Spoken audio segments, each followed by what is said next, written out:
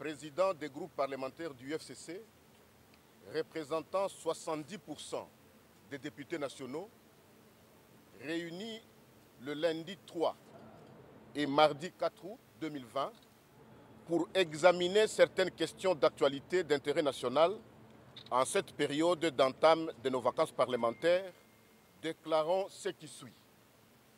1.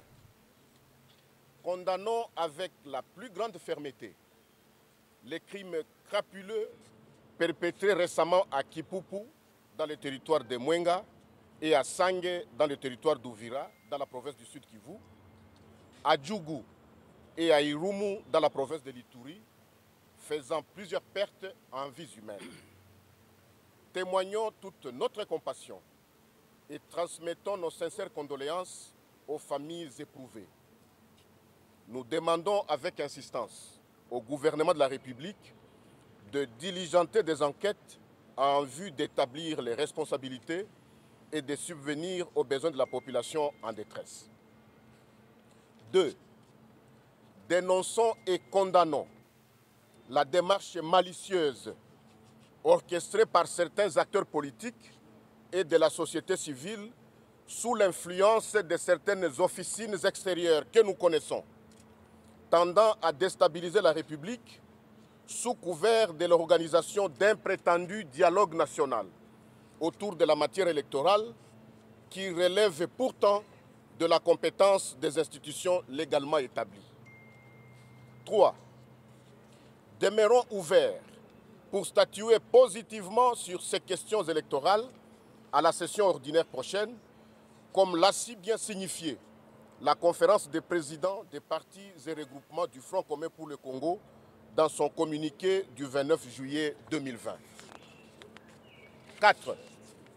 Appelons le bureau de l'Assemblée nationale à poursuivre sa mission de facilitation auprès des parties prenantes devant désigner leurs membres à la Commission électorale nationale indépendante, conformément à l'article 10 de la loi organique portant organisation et fonctionnement de la CENI, afin qu'à la session ordinaire de septembre 2020, l'Assemblée nationale procède à l'entérinement des membres de cet organe d'appui à la démocratie. 5. Refusons de porter la responsabilité d'un éventuel glissement du calendrier électoral souhaité tacitement par certaines formations politiques. 6.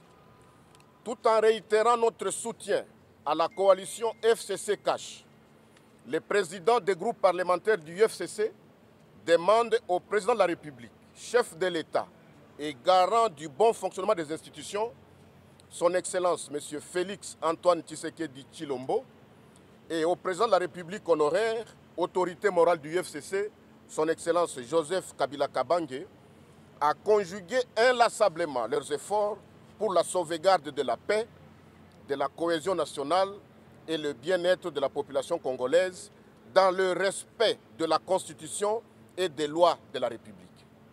7.